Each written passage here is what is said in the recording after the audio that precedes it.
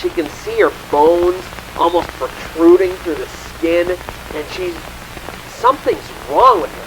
She's dark gray, and she looks like she's decayed, and literally like she's a corpse.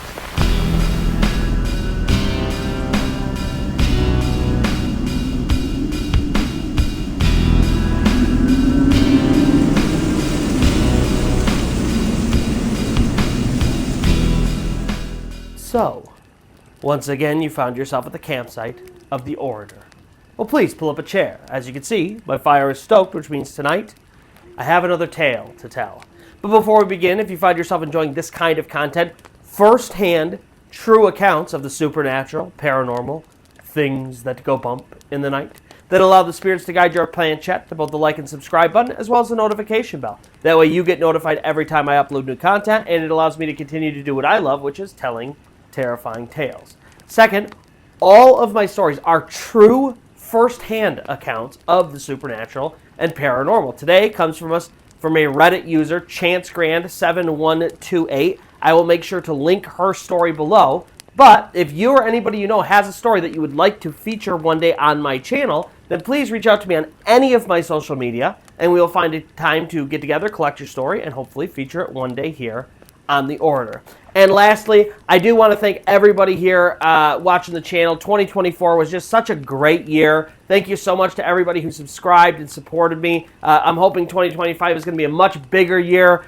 So many more videos to come, and I'm very, very excited for that. So thank you so much for sticking with me as I continue to grow my channel, and I appreciate everyone so much for that. And now, with all of that out of the way, let's get on to today's tale. It is a story that I call The Room in the Middle. So the year is 2012. Teairra is 7 years old, and recently she had a life change. Her mom and her mom's boyfriend decided to move in together at her mom's boyfriend's apartment. And so Teairra and her older sister, who's 2 years older than her, so 9 years old, their mom moved into their mom's boyfriend's apartment, and he shares that apartment with his mom. And so there's 5 total people in this apartment, and it's a 3-bedroom apartment. And so when you go down the main hallway of this apartment, all 3 bedrooms are kind of lined up on the left-hand side of the hallway. You have on the far left-hand side is Teairra and her sister, and they share a room. On the far right-hand side is their mom and her boyfriend, and then the room in the middle belongs to their mom's boyfriend's mom. And so that room was strictly off limits. They could kind of go everywhere else in the apartment, but they just weren't allowed in that room because it was her room, and she's about 70 years old, and she's kind of not moving around very much, and they just kind of want her left alone when she's in there, and so that's the one place that's kind of off limits. And, growing up in that apartment, Teairra said it was kind of tough. Her mom and her mom's boyfriend, they were sort of not very great at paying attention to the kids. They kind of let them do whatever they wanted, and they didn't listen to them a ton. And so she said it was just her and her sister kind of hanging out a lot. But their mom's boyfriend's mom, she would come and play with them, every once in a while. And this woman, she was like 6 feet tall, so quite tall, and very, very thin and frail, but she was pretty nice. When they would play games together, it seemed like she was really participating, and she was giving these children some of her time and energy. And so, Teairra and her sister, they kind of enjoyed the fact that there was an adult who was willing to kind of participate. But pretty quickly Teairra, even though, this woman, this old lady, she was really nice, Teairra was getting just these really weird, bad vibes. She would just feel like something was wrong with this lady, or there was danger. She just got these really scary vibes around this woman. And so even though this old lady, she would come and play with them, Teairra started to distance herself from that. She just got too much of a weird feeling around this woman, and so she decided she didn't really want to play games with her anymore, and she tried to avoid her. And this old lady, in retaliation of this little girl not playing with her, started to physically lash out at Teairra. She would do stuff like pinch her really hard, enough to leave bruising and cuts. She would sometimes yank on her hair, and she would even scratch her. And every time that Teairra would go to her mom and her mom's boyfriend and try to, explain what was going on, they totally dismissed her. And it was just a constant thing in their house where she would just deal with this kind of vicious, mean, scary old woman. And, her mom and their mom's boyfriend, it's just like they didn't have the time or the patience to even really listen to what she was saying or what was going on, and they just totally acted like it was not a thing at all. And so, Teairra, she just sort of had to put up with it. And she said for a long time, she was just kind of scared to be in the house because you just never knew when this lady was going to kind of strike. And, she wasn't the only person that had a problem with this lady. They also had a dog when they moved in named Shiloh. And this dog also did not like that old lady. He would bark every single time he saw her and growl at her. And it would cause really big fights between Teairra's mom and her boyfriend. In fact, so much so, these fights occurred and they started getting worse and worse that at some point, the boyfriend literally just gave an ultimatum. He said, either that dog goes or you all go. You can all get out of this apartment or that dog can leave, but you can't all stay here anymore. And so her mom, Teairra's mom, decided to get rid of Shiloh. And, Teairra and her sister, they still remember that day and how sad they were to have to get rid of their childhood dog and how, their mom, they felt like she was choosing this boyfriend over their dog that they'd had for a long time. And it was just really devastating. But, as time does, it heals all wounds, and eventually they got over it, and things sort of went back to normal until one day. Teairra wakes up, and she's out, and she's playing with her sister, and they're actually playing leapfrog together, and everything's really fun, when Teairra all of a sudden realizes that this old lady that's been terrorizing her, she hasn't come out of her room all day. And obviously, normally she comes out to eat or to go to the bathroom or to get a glass of water. I mean, there's a million reasons that she would come out of her room throughout the day. And even though she spent a lot of her day in the room, Teairra just couldn't remember a time ever that this old lady never, ever came out throughout the whole day. It's starting to get later in the day, and she's kind of wondering what's going on. And so at some point, Teairra asks her sister, like, hey, did you notice if she ever came out of her room? And her sister's like, nope, I guess she's just staying in there today. And so Teairra, she doesn't question anything any further. This lady's in her room. She's super excited that she doesn't have to feel the terror of this woman attacking her, in secret. And so she just goes back to playing leapfrog with her sister. And that day was awesome. They played together. There were no issues whatsoever. And then that night, she goes to bed. Everybody else in the house falls asleep. And then at some point in the middle of the night, Teairra wakes up. And she knows right away that she has to go to the bathroom. That's what's woken her up. And so she gets up, she goes out of bed, she turns left to go down the hallway.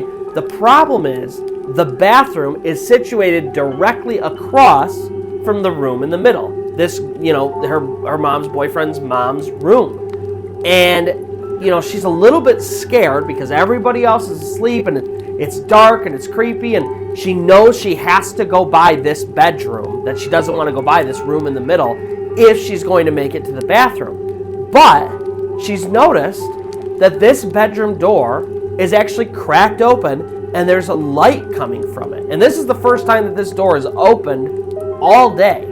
And so as she's kind of going to the bathroom, her curiosity is sort of starting to nag at her a little bit. She kind of wants to peek in and see what's going on, and she knows she shouldn't, and she knows she might get in trouble, but man, she's 7 years old and her curiosity just mounts too much, and she just decides she has to peek in. And so as quietly as she can, she slowly opens the door and peeks in, and her mouth drops. Her jaw drops to the floor.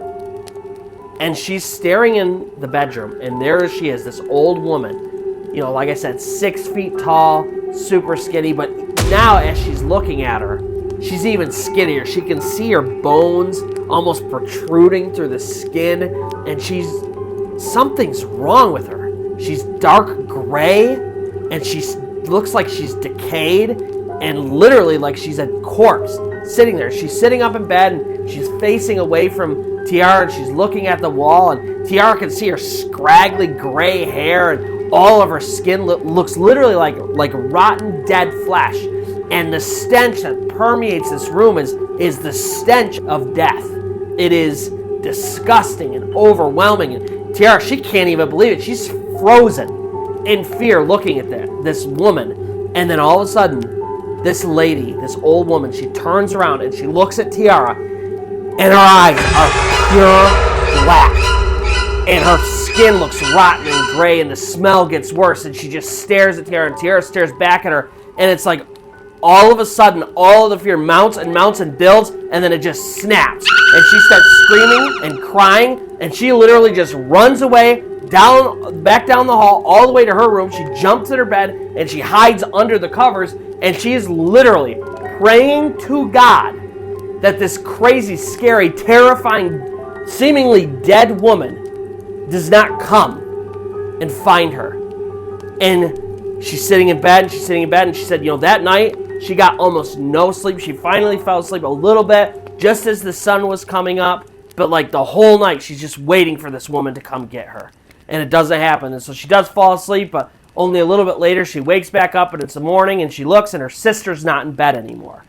And so she gets up, and she gets out of bed, and very tentatively, she starts stepping down the hall towards the living room, and she looks out into the dining room table, and there's her mom and her mom's boyfriend and her sister all eating breakfast, but no old lady. She's not there at all. And so Teairra, she makes her way to the breakfast table, and she's still totally terrified, and she's trying to hold back tears. I mean, this is something that just happened. It's very recent. She's still scared, and so she sits down at the table, and she just can't help it. She breaks down, and she starts telling her mom everything that happened. This is what I saw, and she's just going into detail about how terrified she was and how frightening it was. And her mom just stops and just totally angry. She's like, what are you talking about? And so, Teairra, she's screaming and she's crying and she's trying to get across this thing, and she re-explains it. And her mom gets really, really mad. She's like, don't talk about his mom like that. She hits her in the arm and says, you had better apologize. So she turns to the boyfriend, and instead of apologizing, she's like, no, it was your mom, and I saw her. And the boyfriend, he's getting angrier and angrier at this, and he starts yelling, and then she's yelling back like, no, this is what I saw. And finally, at some point, it gets to this climax, and he gets up, and he grabs her by the arm, and he pulls her down the hallway, and he shoves her into his mom's room. And she gets shoved into the room, and she's looking around, and there's nobody there. And as she's looking around, it's like there's some old clothes, there's, some old jewelry sitting there, but all this stuff looks like very lived in. It's a lot of dust, and it's like nobody's been there for a very long time.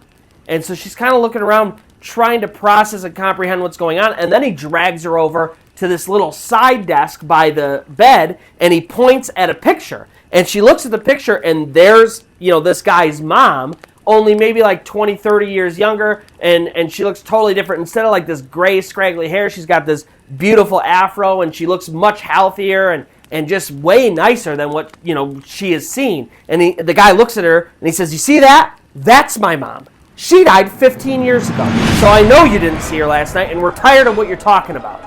And Teairra, she's like overwhelmed by this information. She can't handle it. And so she starts freaking out and crying and screaming even more like, no, I not only saw her last night, but I've been seeing her. She came out and played games with us, and, Shiloh was barking at her. And as she's trying to explain this, it's like the boyfriend's getting angry and angrier that she won't just accept the fact that this lady has never been here. She's been dead long before they ever moved into the apartment. And it gets so bad that they end up putting Teairra in a timeout in her bedroom. She ends up staying in this bedroom the entire day. And at the end, she comes out and she's trying to calm down, and she's trying to, not discuss it. Because she doesn't want to get in more trouble. And as time goes on in the apartment, she never saw her again. But eventually, her mom and her mom's boyfriend, they broke up, and they had this huge fight, and they ended up leaving, and they ended up moving in with their mom's mom, so their grandma. And, it wasn't till years later that Teairra finally asked her sister, like, hey, do you remember when we were in the house and we used to play games with that old woman and stuff like that? And her sister said, Teairra, no offense, but I was placating you. There was nobody there. I just thought you had an active imagination. There was never any woman.